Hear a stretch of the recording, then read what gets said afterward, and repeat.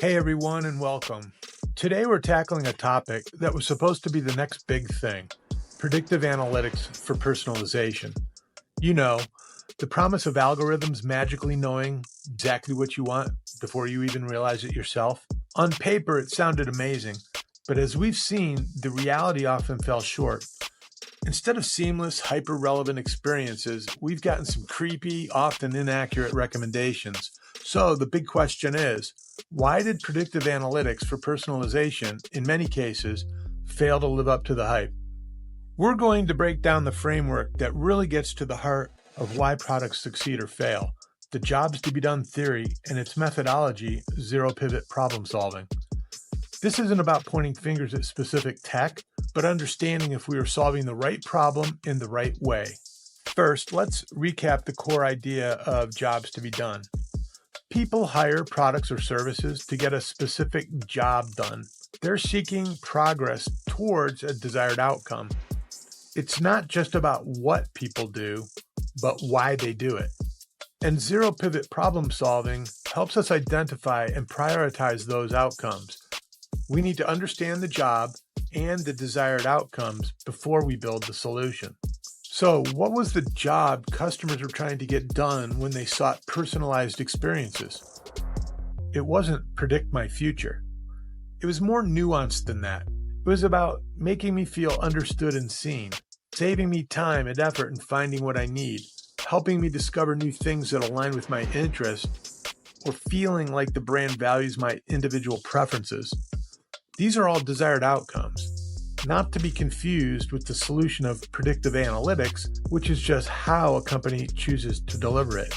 These are powerful outcomes, but here's where things started to unravel. Many efforts in predictive personalization focused too heavily on the predictive part of the equation without first truly understanding if the predictive capability would actually achieve these desired customer outcomes. Here's how the focus on predictive analysis often went wrong. There was an over-reliance on data. Algorithms became obsessed with what customers were doing and not why. They collected vast amounts of data, but often lacked the context or nuance to understand the desired outcome the customer was seeking. Just because you bought a specific product on Tuesday does not always mean you want more of it on Wednesday. The predictive modeling assumed relationships that didn't always translate into actual progress. The creepy factor. Sometimes the algorithms got a little too good at predicting, crossing that line into being invasive and unsettling. Recommendations for products that felt too targeted or eerily close to something that was discussed in private caused a big problem in achieving the outcome of making me feel understood.